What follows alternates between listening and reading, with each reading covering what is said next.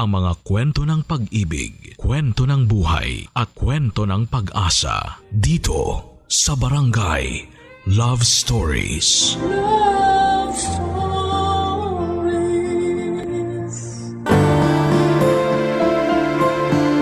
Ang pagiging yaya ay isang marangal na trabaho na may malaking epekto sa buhay ng isang bata.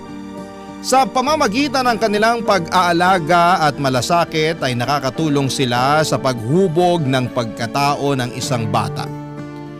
Ikaw, kabarangay, ano ang iyong mga naging karanasan o alaala sa iyong yaya?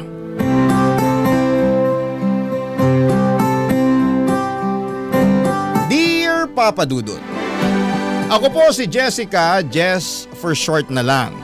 Matagal na po akong tagahanga ng Barangay LS. Palagi po akong nakikinig sa programa ninyo sa Facebook tuwing alas 12 ng tanghalian. Sana po ay matanggap ninyo ang sulat ko na ito at magkaroon ako ng pagkakataon na maibahagi ang aking kwento. Hindi po ako lumaki sa marangyang pamilya. Ang mga magulang ko po ay parehong magsasaka at ang natapos ko lamang po ay high school. Mula pagkabata, tumutulong na po ako kina mama at papa sa mga gawaing bukid. Hindi man kami mayaman, masaya naman kami sa buhay namin sa probinsya. Sariwang hangin, maganda ang mga tanawin at tahimik ang paligid. Wala po akong reklamo sa naging buhay namin sa probinsya. Pero noong nakapagtapos na po ako ng high school ay hindi na kinaya nila mama at papa na ipagpatuloy yung pag-aaral ko. Hindi ko po maiwasang malungkot pero wala rin naman akong magagawa. Mahal ko ang probinsya pero alam naman po natin na hindi kalakihan ang kita doon. Kaya't nag-decide po akong pumunta sa syudad para maghanap ng trabaho. Pinili ko po ang maging kasambahay at ang layunin ko lang noon ay makapag-ipon ng pera para mapaayos yung bahay namin at makapagtayo ng maliit na negosyo para kina mama at papa. Gusto ko kasi na hindi na magtrabaho sa bukid sina mama at papa lalo na't hindi na rin sila bumabata. Nalaman ko po ang tungkol sa paghahanap ng yaya sa isang ad sa dyaryo. Dali-dali ko pong tinawagan ng numero na nakalagay sa ad. Babae yung sumagot ng phone at pagkatapos ng mahabang usapan ay sinabi niya sa akin na pag nagustuhan daw niya ako. Sobra po akong nainganyo at confident po ako noong mga panahong yon na magugustuhan nila ako. Kasi masipag ako pagdating sa mga gawaing bahay. Kinabukasan noon ay nanghiram ako ng pera sa kapitbahay namin at lumuwas papunta ng syudad. Nangako din ako kina mama at papa na buwan-buwan ako magpapadala ng pera sa kanila para sa mga pangangailangan nila sa bahay.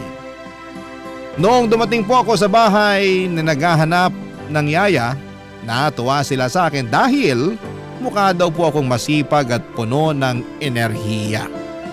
At ito rin ang naging dahilan kung bakit natanggap ako bilang yaya. Napag-alaman ko din po na isang single mother ang may-ari noong bahay na naghahanap ng yaya dahil pumanaw na po ang asawa nito.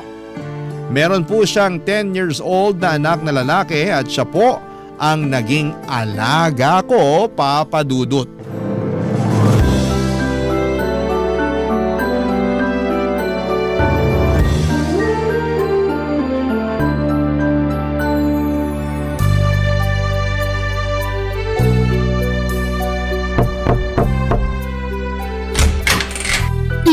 Ikaw ba si Winston? Pinakilala ka na sa akin ng mama mo. Hi! Ikaw ba yung bagong yaya ko? Oo, ako si Jessica. Pero tawagin mo na lang akong… ang haba din naman kasi ng Jessica. Ay, alam ko na. Yaya Jess na lang. Sige po, Yaya Jess. Ilang taon ka na, Winston? 10 years old. Pero malapit na ako maging teenager.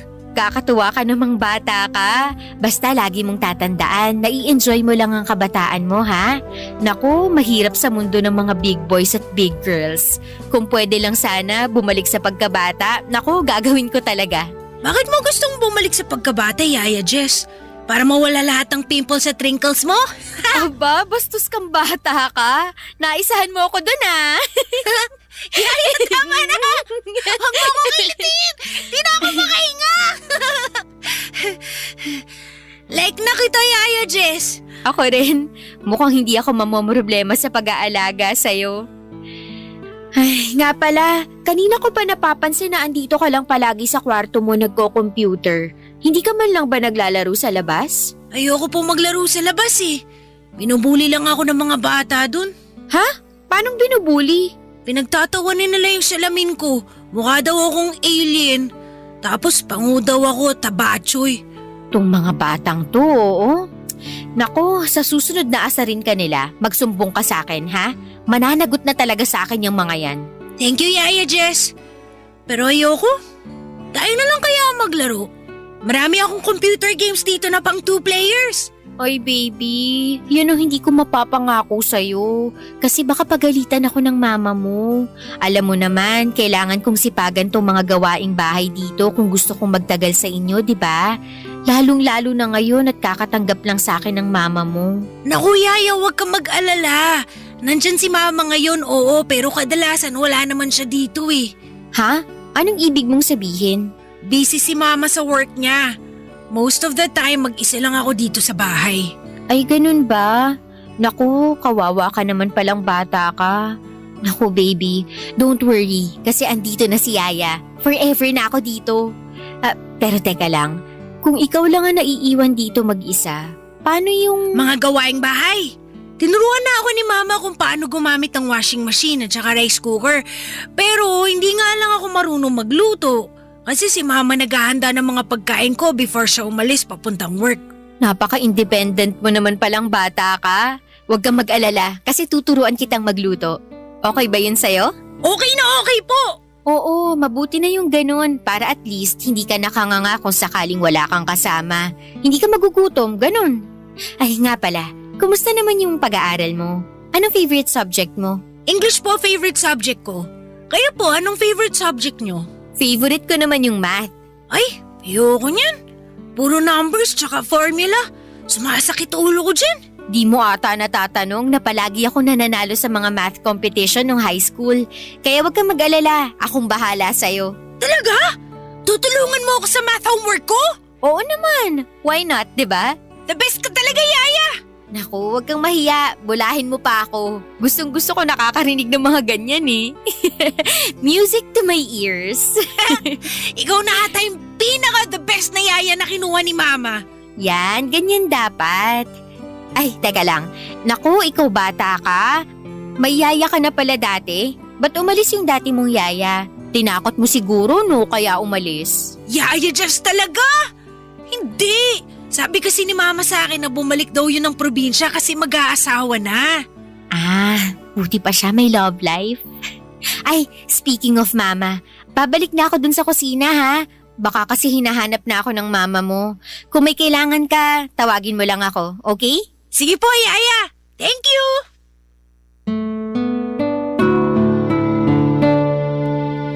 Naging maayos po ang takbo ng pamamasukan ko kina Winston.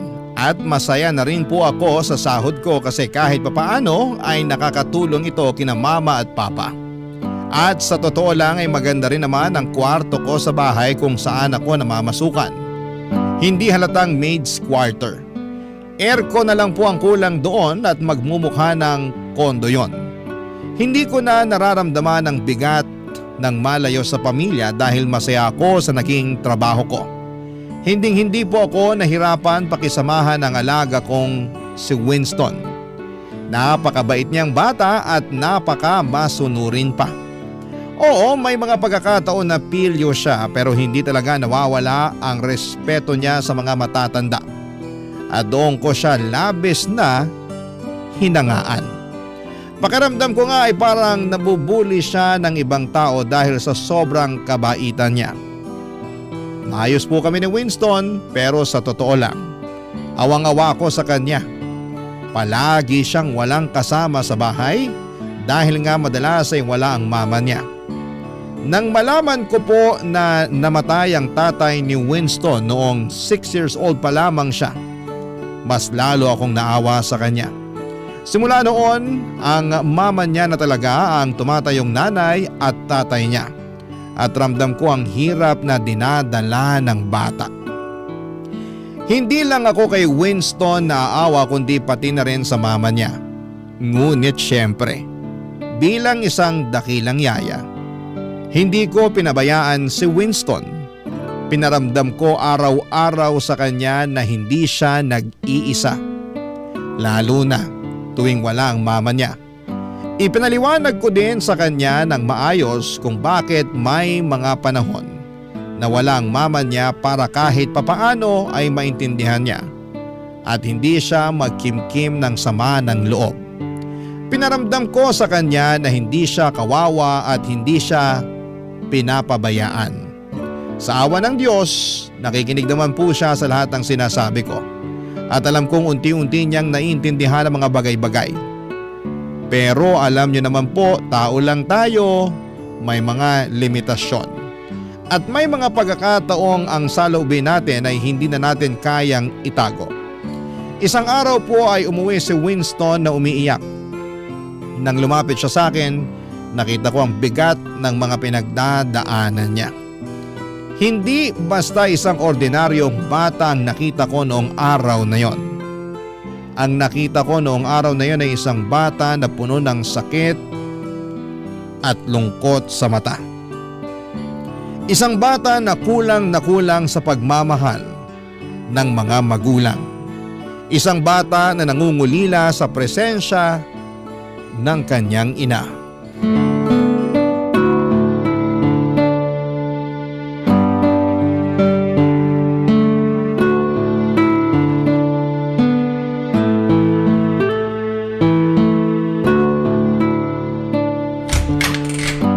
Winston, ready na yung breakfast mo. Kumain ka na.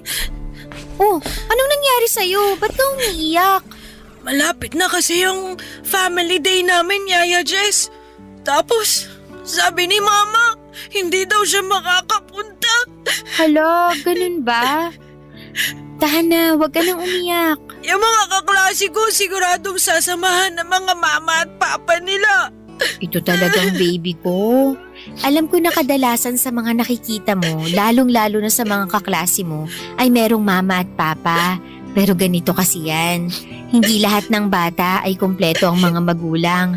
Pero kahit na ganun pa man, lagi mong tatandaan na hindi ka bawasan yun sa pagkatao mo. Ganun po ba yun, Yaya Jess? Oo naman. Pwedeng-pwede ka mamuhay ng masaya at normal kahit hindi kumpleto ang mga magulang mo. Pero iba pa rin po talaga pagkasama mo mga magulang mo. Oo, totoo naman yun. Alam mo ba na maraming bata dyan ang kompleto nga ang mga magulang pero hindi naman masaya ang family nila? Paano niya naman po nasabi? Ay nako, eto na, ichichika ko na sa'yo.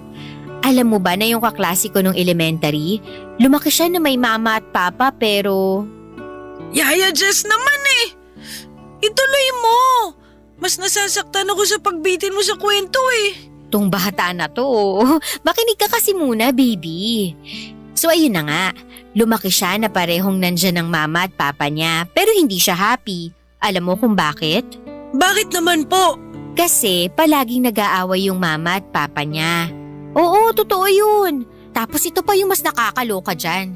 Yung mama niya, nahuli niya yung tatay na may… basta, yun. Nahuli na may ano? Wala yun. Basta ang bottom line dito ay hindi siya masaya kahit complete family sila. So mas mabuti pa pala na hindi complete ang family? Ay nako baby, hindi sa ganun yun. Ang ibig ko lang namang sabihin ay hindi lahat ng complete family na nakikita mo ay masaya. Yung iba dyan may pinagdadaanan pero hindi lang nila pinapakita. Kaya wag ka nang sad, okay? Thank you talaga, Yaya Jess. Okay na po ako. Yan, dapat ganyan. Smile ka lang. I love you, Yaya Jess. Love na love din kita. May alaga forever and ever. Pero sa totoo lang po, medyo sad pa rin ako kasi hindi makakapunta si Mama sa family day namin. Baby, eto ha, ipapaliwanag ko sa'yo ng mabuti. Yung mama mo kasi, ginagawa niya ang lahat para sa'yo. Oo, alam ko na parati siyang wala dito sa bahay. Pero ang rason kung bakit parati siyang wala ay dahil nagtatrabaho siya para sa'yo. Pinipilit ka niyang itaguyod kahit mag-isa siya. Alam ko naman po yun.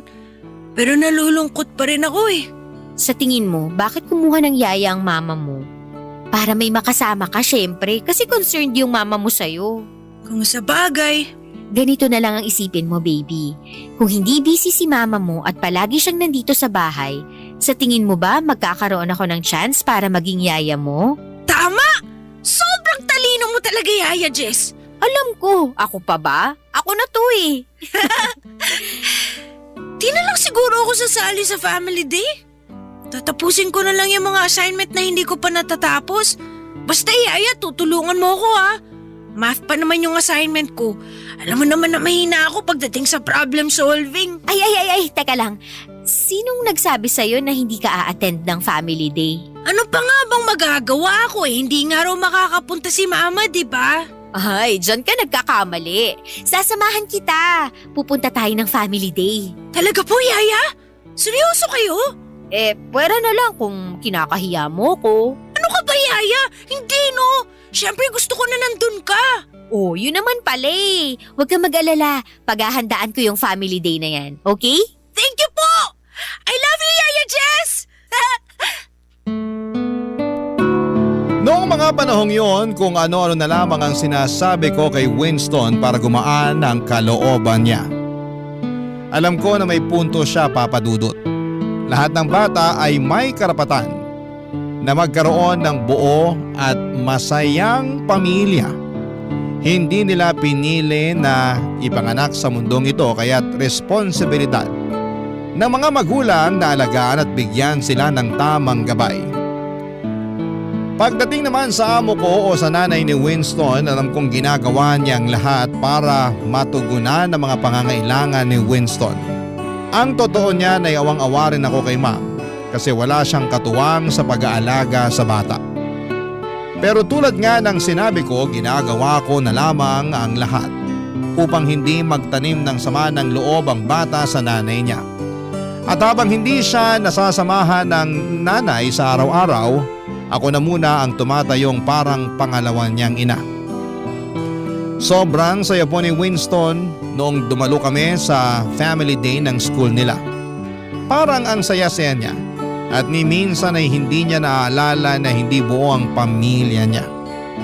Sa araw na yon, tuwing may magbabalak na tanungin si Winston kung nasaan ang mga magulang niya, ako na kaagad ang sumasabat para hindi na maalala ng alaga ko. Kasi alam ko na deserve niyang mag-enjoy ng buong buo sa araw na yon. Gusto ko lang na makita na masaya siya. Pagkatapos ng family day ay naisip ko na magandang pagkakataon na yon para makausap ang amo ko. Pinag-usapan namin si Winston at naawa din siya sa bata pero sa kabila ng lahat, nagpasalamat din siya sa akin.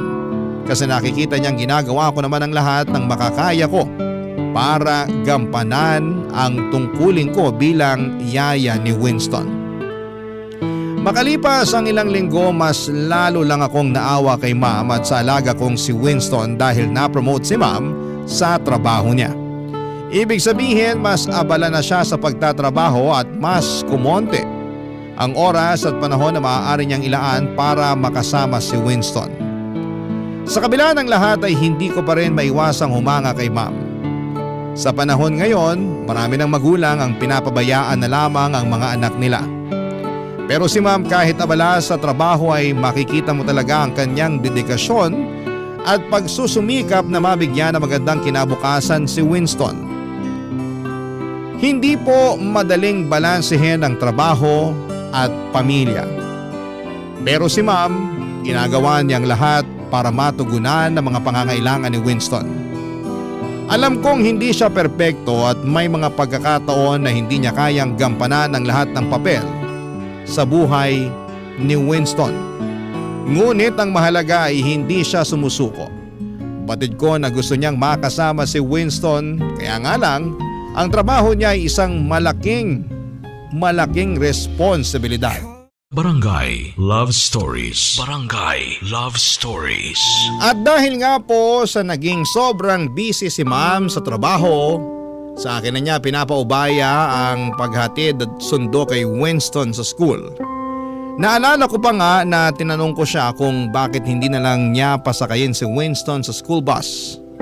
Pero ang sabi ni mama ay mas kampante raw siya kung ako na lamang ang kasakasama ni Winston. May punto naman siya. Kasi siguro ako na atang naging super yaya na tagapagligtas ng mga batang naiwan sa bahay. Joke lang po, Papa Dudut. Pero seryoso, mula nang maging ganon ang setup ay nagiging parte na ng araw-araw ko ang mag-tricycle kasama si Winston papunta sa school niya.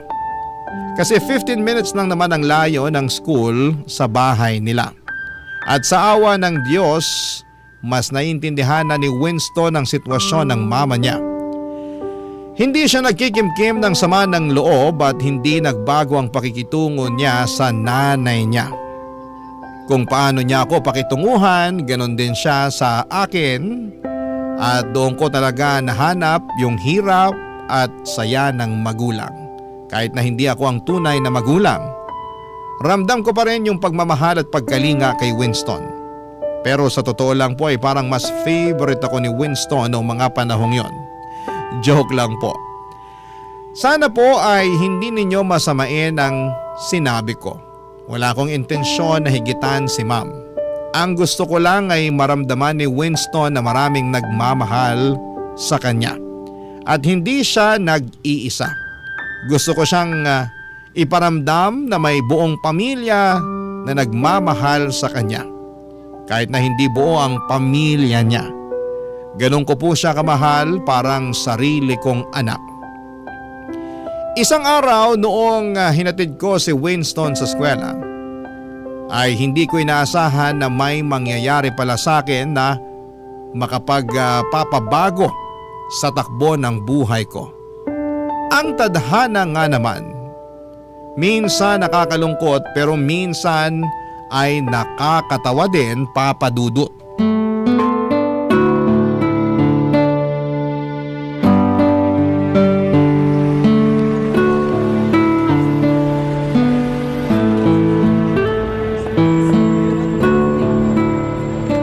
Sige na, pumasok ka na at baka malate ka pa. Opa, Yaya. Ay, sandali lang. Baka makalimutan mo pa to.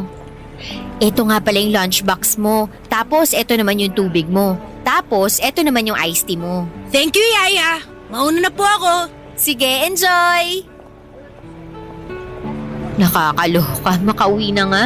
Hindi ko pa nasasampay yung mga labada. Baka makatanggap ako ng award kay ma'am pag naabutan niya yun. Ito din naman kasing pasok ni Winston eh. Kailangan ba talagang 8 ng umaga nasa school na ang mga batang yun? Aba, hindi naman ata makatarungan yan. Ano bang akala nila sa mga bata nagtatrabaho? Ay, makauwi na nga nang matapos ko na yung mga hindi ko pa natatapos. Hala, Diyos ko, yung wallet ko nawawala. Paano ako makakauwi nito? Hala, wala akong pamasahe. Nalaglag ata sa waiting area. Patay, kailangan ko nang balikan yun.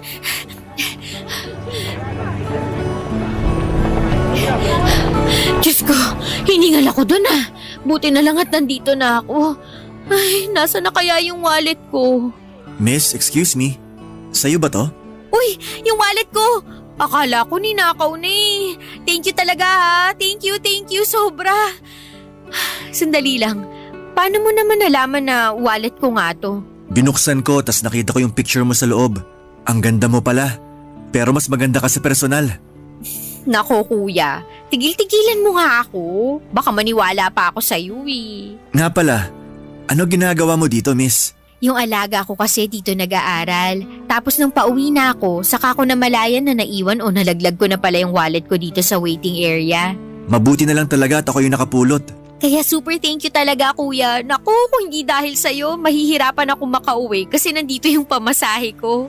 Nako, di ka mahihirapan kasi driver ako. Kayang-kaya kitang ihatid sa inyo. Ah, ganun ba? In fairness naman. Driver ka ng school bus? Hindi. Yung anak kasi ng amo ko dito rin nag-aaral. Tapos ayun, hinahatid at sinusundo ko siya araw-araw. Ay, sosyal. Siguro malaki ang sahod mo, no? Hindi rin. Ang totoo nga niyan, nagbabalak na nga ako mag-abroad eh. Ha? Bakit naman? Yung pinsan ko kasi, nagtatrabaho sa Taiwan bilang factory worker. Tinutulungan na rin ako ng pinsan ko para makapasok ako sa kumpanyang pinagtatrabahuhan niya. Pinapaasikaso niya sa akin yung mga papeles ko. Sana lang walang maging aberya. Ay hala, ganun ba? Sayang naman. Ha? Paanong sayang? Bihira lang kasi ako makakita ng gwapo sa waiting area na to. Nambola pa. Uy, totoo yun ah. Kala ko nga nung una teacher ka eh. Paano ba naman? Posturang-postura ka sa uniform mo. Wala akong magagawa. Ito yung gusto ng amo ko eh. Ah, kaya pala. Pero bagay sa'yo ha.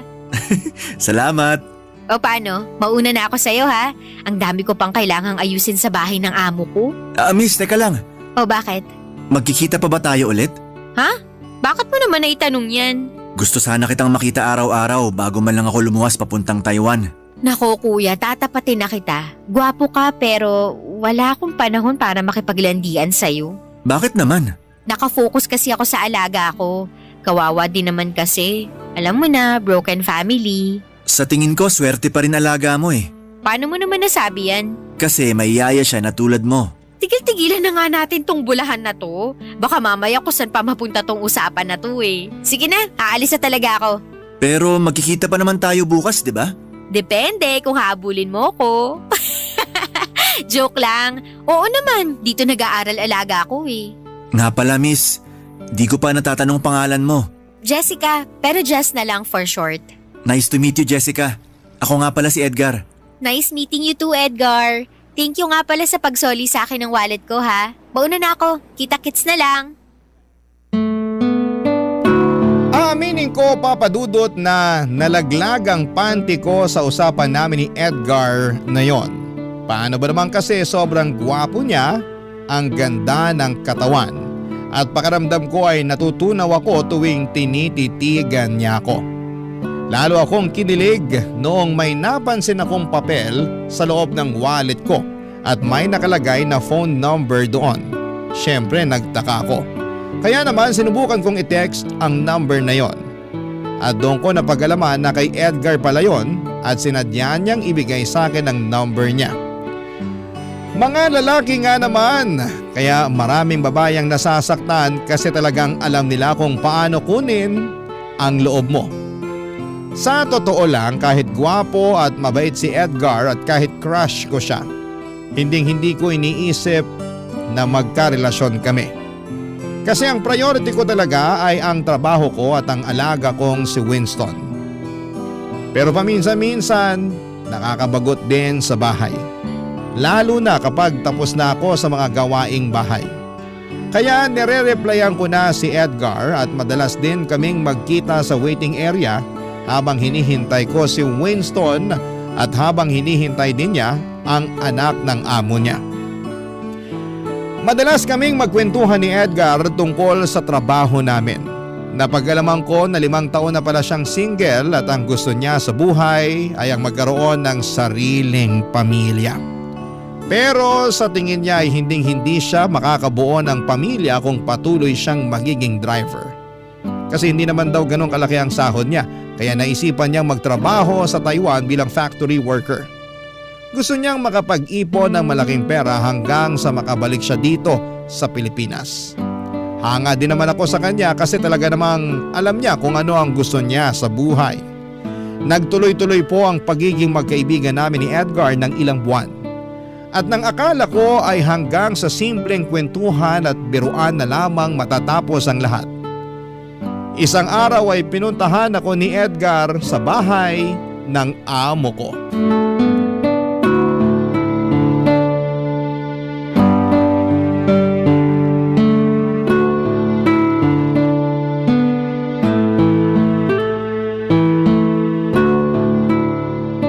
Tapusin na natin tong assignment mo sa math para makapaglaro ka na ng game sa computer mo ha?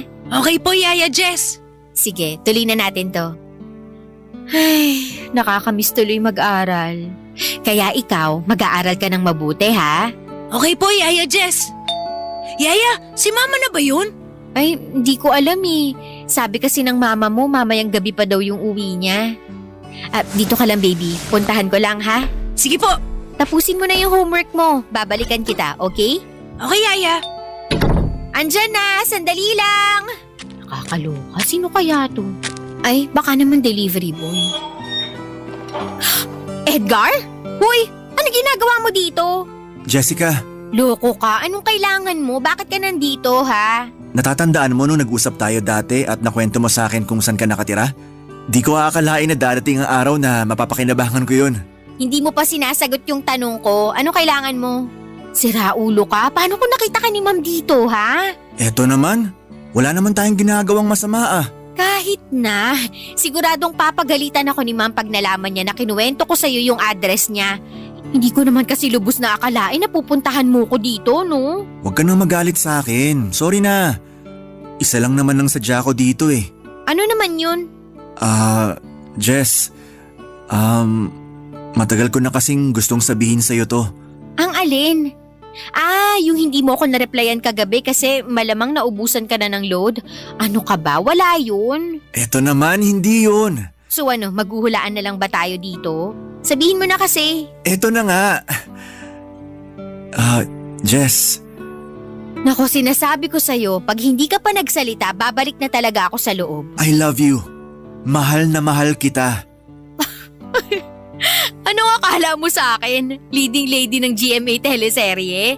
Dennis Trillo at Jenilyn Mercado lang? Magkamukha nga kayo ni Dennis, pero ang ganda naman ata ni Jenilyn para maging kamukha ko pa siya. Eto naman nagpapatawa pa. Hindi na nga ako nakatulog kagabi kakaisip kung paano ko aaminin sa'yo yung nararamdaman ko eh. Wait lang, ibig mong sabihin, pumunta ka dito sa bahay ng amo ko para… Para ligawan ka, oo. Jess, pagod na kasi ako kakatago ng tunay ko na nararamdaman para sa'yo tuwing nagte-text tayo. Sigurado ka na ba talaga dyan sa nararamdaman mo? Oo naman, bakit? Wala ka bang tiwala sa akin? Hindi naman sa wala akong tiwala sa'yo, pero… Pero ano? Ano ba kasi ang nakita mo sa akin? Siguro nga hindi ako pangit, pero hindi rin naman ako ganun kaganda. At isa pa, yaya lang ako. Sandali lang, huwag mong nilalang ang pagiging yaya. Marangal na trabaho yan. Jess, hindi ka naman kasi mahirap mahalin eh.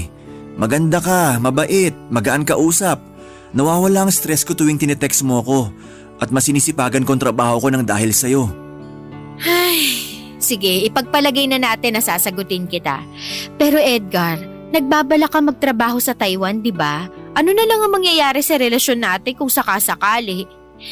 Tatapatin na kita, magaan din ang loob ko sa'yo at napakaswerte ng kahit sinong babae na maging boyfriend ka. Pero hindi ko kaya ang long distance relationship. Sa totoo lang napag-isipan ko na yan at balak na talaga kitang kausapin tungkol dyan. Jess, sana wag mong masamain tong sasabihin ko sa'yo ha. Alam mo, kinakabahan na ako sa'yo. Ano ba yun ha? Nakausap ko kasi ang pinsan ko nung isang araw at willing siya na tulungan tayo pareho para makapagtrabaho tayo sa Taiwan. Nasisiraan ka na ba ng bait? Hoy Edgar, kilabutan ka nga sa mga pinagsasasabi mo. Hindi pa nga kita sinasagot tapos ngayon aalukin mo pa ako na magtrabaho sa Taiwan? Pambihira ka. Hindi naman kita pipilitin na sagutin ako agad-agad. Yung sa akin lang naman, sayang din naman kasi ang opportunity kasi willing tayo tulungan ng pinsan ko. Hoy Edgar, kung sakali man na maging tayo, mas pipiliin ko na lang na tiisin ang long distance relationship kesa sa iwanan ko yung alaga ko, no? Kawawa naman siya pag umalis ako. Sige, ikaw bahala. Wala namang pilitan to eh. Pero pag-isipan mo na lang kasi di hamak na mas malaking kikitain mo sa Taiwan kung sakasakali.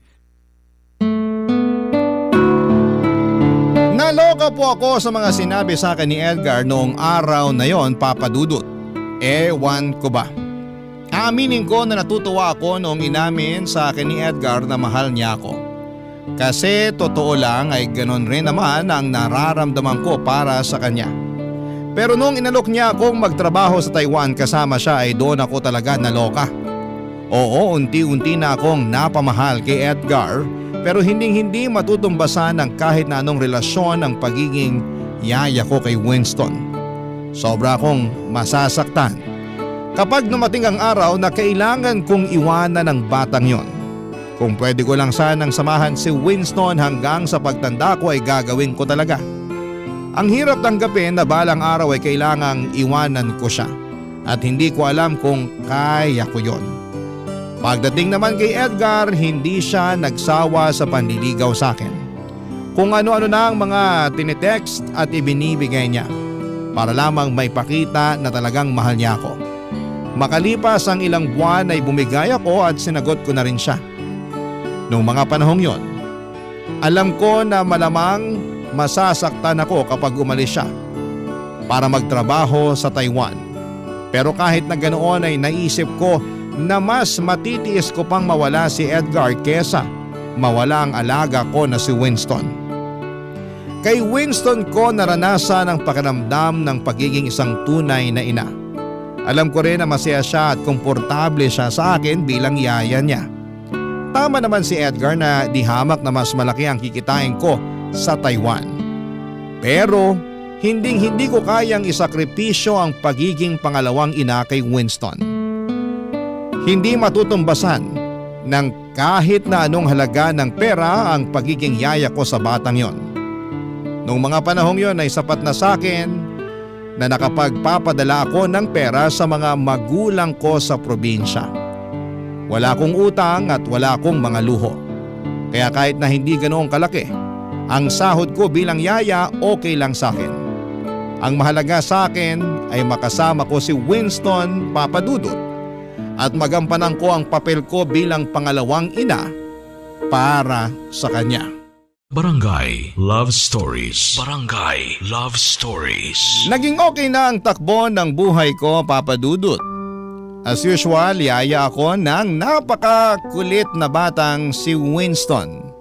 At tuwing day off ko naman ay lumalabas kami ni Edgar para mag-date. Nang mga panahong yon ay pakiramdam ko ay parang perfect na ang lahat. Hindi na rin ako kinukulit ni Edgar na sumama sa kanya papunta ng Taiwan. Napagkasunduan namin na mag long distance relationship na lamang kami. Pinangako ni Edgar na mag-iipon siya para makapagpatayo kami ng bahay at makapagpakasal at sumang-ayon ako sa plano niyang yon. Pero Papadudot, hindi ko alam na may darating pa pala na pagsubok na yayanig sa buhay ko. Ilang linggo lang ang lumipas, tumawag sa akin si Papa at sinasabi na may stage 1 breast cancer daw si Mama. Sobra akong nanginig at naiyak nang marinig ko ang napakasamang balita na yon. Ikinuwento ko sa amo ko at kay Edgar ang tungkol sa mama ko at sobra silang naaawa sa akin. Nang mga panahong yon, alam ko na kailangan kong kumilos kaagad. Kasi ayokong lumala ang kalagayan ni Mama. Kaya naman napagdesisyonan ko nang tanggapin ang alok ni Edgar na magtrabaho sa Taiwan bilang factory worker na kasama siya. Sinabi ko ito kay Ma'am at kitang-kita ko sa mga mukha niyang kalungkutan. Pero naunawaan niya naman ang sitwasyon ko. Na kailangan kong mag-ipon ng malaking halaga para maagapan ang cancer ni Mama. At syempre hindi naging madali sa akin na kausapin si Winston tungkol sa desisyon kong umalis. Naramdaman ko ang bigat sa puso ko habang pinapaliwanag ko sa kanya na kailangan kong magtrabaho sa ibang bansa para matulungan si Mama, Papadudut.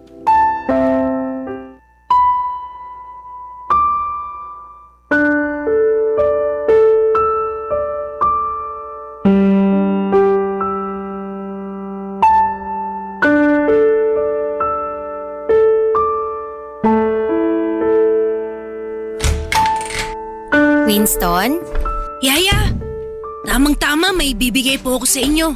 Winston, may gusto sanang sabihin si Yaya sa'yo. Ano po yun? Winston, kasi… Yaya? Bakit po kayo umiiyak? Okay lang po ba kayo? Ganito kasi yun. Magbabakasyon muna si Yaya, ha? Saan naman po kayo pupunta? Ang nanay kasi ni Yaya may breast cancer. Malubha na sakit yun. Kaya kailangan ko munang magbakasyon sa malayong lugar para makapag-ipon ako ng malaking pera para sa pagpapagamot ng mama ko. Ibig niyo pong sabihin, iiwan niyo na po ako? Alam mo naman na para mo na akong pangalawang ina, di ba? Kung wala lang sanang sakit ang mama ni Yaya, hindi kita iiwan. Alam mo yan. Yaya, please! Huwag na po kayong umalis! Papakiusapan ko si Mama na tulungan ka. Huwag niyo na po ako iiwan, please! Hindi kasi ganun kadali yun eh. Huwag kang mag-alala kasi palagi kitang i-video call, okay? Isipin mo na lang na parang nagbabakasyon lang si Yaya. Bakit? Saan po kayo pupunta?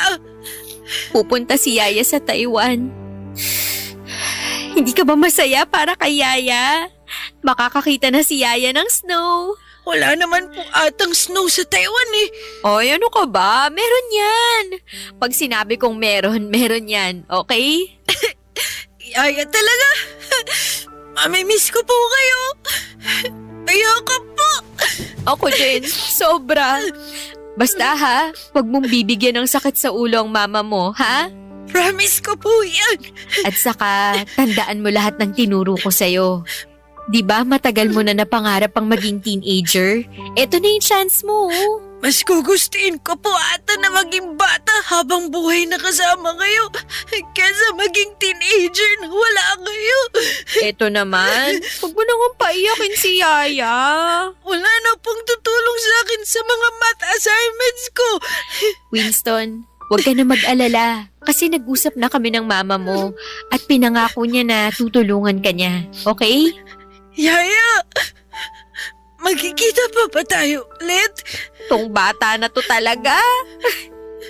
Oo naman, hindi naman mamamatay si Yaya eh. Huwag kang mag-alala kasi kapag nakabalik na ako dito galing Taiwan, ikaw ang pinakauna kong hahanapin. Talaga ba? Promise yan. Yaya, wag na lang po kayo umalis, please. Balang araw, maiintindihan mo rin kung bakit ko kailangan gawin to. Yaya! Hindi magbabago ang pagiging pangalawang ina ko sa'yo. Yan ang palagi mong tatandaan, ha? I love you po, Yaya Jess. Ako din. Mahal na mahal kita. Oo po pala. Tungkol nga pala po dun sa bibigay ko sa'yo. Ay, oo nga pala. Sorry, masyado kasing naging emotional si Yaya. Bakit? Ano ba yun? Alam niyo po ba kung anong date ngayon? Sandali lang, tingnan ko lang tong cellphone ko. May 11. Bakit mo naman naitanong yan? Pinag-ipunan ko po talaga to ng 1 week gamit ang allowance ko para mabili ko tong mga bulaklak. Yaya Jess, Happy Mother's Day po! Oh, ikaw talagang bata ka. Mamimiss kita, sobra. Basta, promise niyo po na babalikan niyo ako ha? Na magkikita pa tayo ulit. Promise yan. Ipangako mo rin na wag mong kakalimutan si Yaya, ha? Pag-iisipan ko po. Ah, ganon ha? Ay, just naman, tama na po. Napaka-pilyo mo talagang bata ka. Kahit kailan ka talaga. Nang mga panahong yon, Papa Dudut, ay nakuha ko pang magbiro kay Winston. Pero ang totoo niyan ay durog na durog ang puso ko sa desisyon kong iwanan siya. Nakiusap ako sa amo ko na sana'y samahan niya si Winston sa kwarto niya sa mismong araw na aalis ako sa bahay nila. Kasi ayokong maramdaman ng bata na nag-iisa siya. Gaya ng inaasahan ko ay nadurog na naman ang puso ko sa puntong hindi ko na kayang tignan si Winston dahil may kirot sa puso ko tuwing tinitignan ko siya. Pero kinailangan kong maging matapang para sa mama ko upang makasurvive siya sa sakit niyang breast cancer. Pagkatapos kong umalis sa bahay na pinagsisilbihan ko ay doon ako tumira sa inuupahang kwarto ni Edgar. Nang mga panahong yon ay buong-buo na ang desisyon ko na pumunta ng Taiwan para magtrabaho bilang factory worker kasama si Edgar. Ang pinsan mismo ni Edgar ang tumulong sa amin. Pinautang niya kami para sa lahat ng gastos namin hanggang sa makapunta kami ng Taiwan. At sa wakas ay naging maayos ang takbo ng application namin at parehong kaming nakakuha ni Edgar ng work visa at nakapagtrabaho bilang factory worker. Hanggang ngayon, factory worker pa rin kami ni Edgar at 8 taon nang nakakalipas. At sa awa naman ng Diyos, Papa Dudut, cancer-free na rin si Mama sa ngayon. Hindi naging madali ang buhay ko dito sa Taiwan pero lubos pa rin akong nagpapasalamat sa trabaho namin dahil napagamot ko si Mama at nagkaroon kami ni Edgar ng kaunting ipon. Pagdating naman kay Winston, nagkaroon kami ng communication from time to time. Pero ang talagang nagpaantig sa puso ko ay nang makatanggap ako ng message mula sa mama ni Winston. Gusto sana ng mama niya na dumalo ako sa high school graduation ni Winston. Naisipan namin ni Edgar na matagal-tagal na rin kaming hindi nakababalik sa Pinas. Kaya pareho kaming sumang-ayon sa ideya na magbakasyon.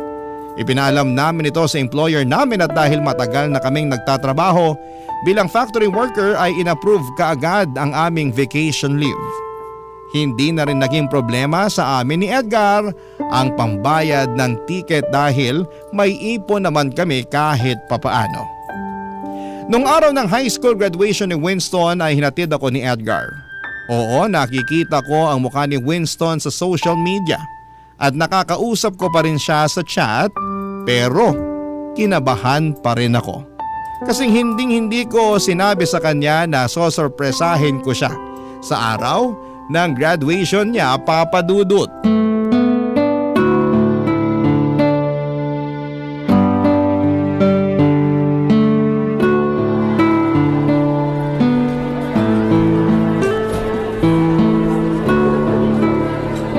Mahal, paano to? Talagang kinakabahan ako eh. Paano kung hindi niya ako makilala ha? Imposible naman atang di ka makilala ng batang yun. Panay post ka ng selfie mo sa social media eh. Ikaw talaga? Hindi ka nakakatulong. Ano ba naman mahal, nandito na tayo oh. Ngayon ka pa ba aatras? Pustahan tayo. Makikilala ka ng batang yan at mag-iiyakan kayo. Ewan ko sa'yo, umalis ka na nga. Sige mahal, basta balikan kita dito mamayang alas 5 ng hapon ha. Kailangan ko na kasing isoli tong scooter na nirentahan natin mamayang alas 6. Sige mahal. Ay nga pala, mahal pasuyo naman oh. Pakihanda na lang yung mga gamit natin kasi dadalawin na natin sina mama at papa sa Makalawa ha. Kailangan natin sulitin bawat araw na nandito tayo sa Pinas. Ba't sa Makalawa pa? Bakit hindi na lang bukas? Ano ka ba? Nakalimutan mo na ba? Siyempre gusto ko naman makabonding yung alaga ko no. Para mo na talagang anak yung batang yon. Sige mahal, mauna na ako ha. I love you. Balikan kita mamaya.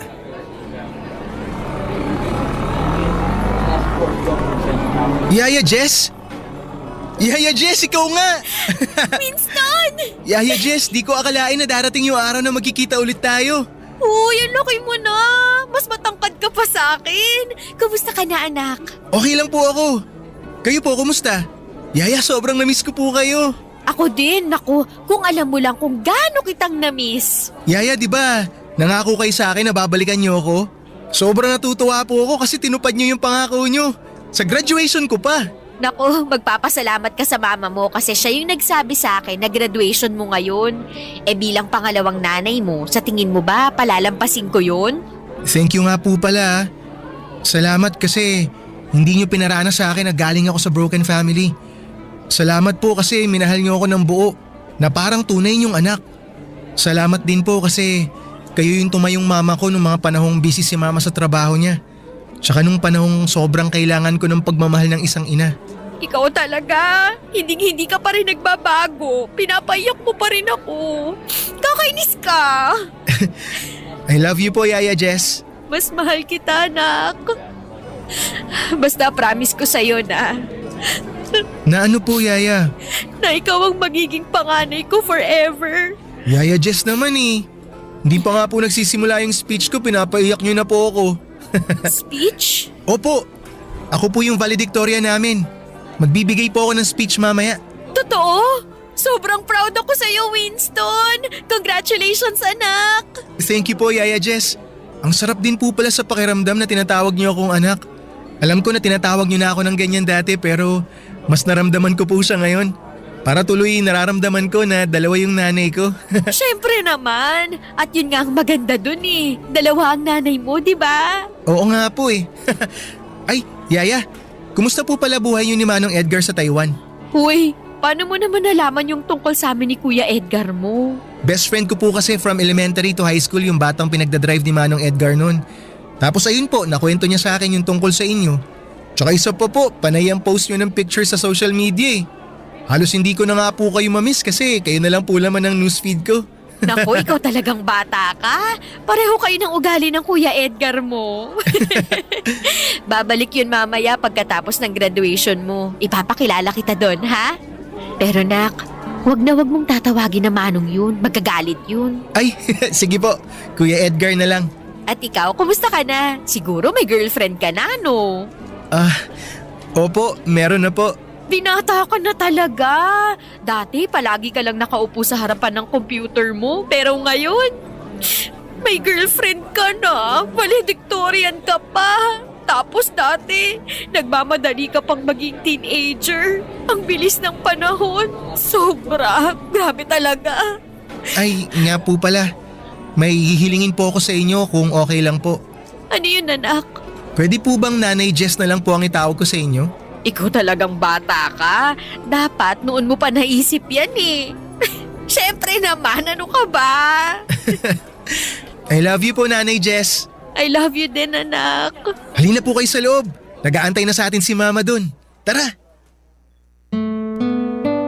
Papa Dudut, sobra po akong naiyak sa speech ni Winston ng graduation niya, Papa Dudut. Pareho niya kaming pinasalamatan ng mama niya at hindi ko napigilang yakapin siya pagkatapos ng speech niya. Sobra din pong natuwa ang dati kong amo noong nakita niya ako. Labis po akong natutuwa sa naging kalagayan ni Winston dahil dito ko na napatunayan na naging mabuti akong yaya sa kanya. Wala siyang sama ng loob sa kahit na kanino at napaka-positive ng batang yon. Dito ko talaga na-realize na ang pagiging yaya ay higit pa sa ordinaryong trabaho. Ang pagiging yaya ay isang misyon na humuhubog sa pagkatao ng mga bata. Napakahalaga ng role ng isang yaya sa pagbuo ng karakter at kinabukasan ng isang bata. Kaya kung may mga yaya man na nakikinig ngayon, sana po ay ma-realize ninyo na hindi dapat minamaliit ang pagiging kasambahay. Kasi kayo ang nagsisilbing gabay sa mga bata. Kayo ang nagbibigay ng aral sa kanila na dadalhin nila sa panghabang buhay. Sa mga yaya na nakikinig ngayon, saludo ako sa inyo at ngayon po ay nakabalik na kami ni Edgar sa Taiwan at patuloy pa rin naman po ang komunikasyon ko kay Winston. Kahit malayo kami sa isa't isa, hindi kami nawawala sa buhay ng isa't isa at palagi ko siyang tinatanong kung kumusta siya. Napuntahan ko rin sina mama at papa sa probinsya noong nasa Pilipinas ako at sa awa naman ng Diyos. Malusog at masaya sila sa ngayon. Ilang buwan na lang po ay mag-expire na ang kontrata namin ni Edgar dito sa Taiwan dahil sapat na ang naipon namin na pagdesisyonan na po namin na bumalik na ng Pilipinas. Napag-isipan namin ni Edgar na pagtayo ng maliit na negosyo gamit ang aming savings. Hindi pa po namin napagdidesisyonan kung anong klaseng negosyo pero isang bagay lamang ang sigurado. Babalik po kami ng Pilipinas sa loob lamang ng ilang buwan. At para naman po sa aming dalawa, napagdesisyonan din po namin ni Edgar na ipaayos ang bahay ng mga magulang ko sa probinsya at doon na rin po kami titira. At doon na rin magnenegosyo nang sa ganoon ay malapit ako sa mga magulang ko. At kahit papaano ay pwede na rin po akong bisitahin ni Winston kung kailan niya gusto. At syempre po, hindi mawawala ang balak namin ni Edgar na magpakasal this year. Sobrang excited na po ako sa mga magagandang bagay na naghihintay sa akin, Papa Dudut. Maraming salamat po sa platform na ibinigay ninyo sa amin upang maibahagi po namin ang mga naging karanasan namin sa buhay. Ang inyong forever na kapuso at kabarangay, Jess. Barangay Love Stories. Barangay Love Stories. Nakakaantig naman talaga ang ating kwento. Ikaw ba, kabarangay? Nakarelate ka ba sa story natin ngayon? Magkwentuhan naman tayo dito sa comment section. Nagustuhan ng iyong napakinggan? Ituloy yan via live stream sa www.gmanetwork.com/radio.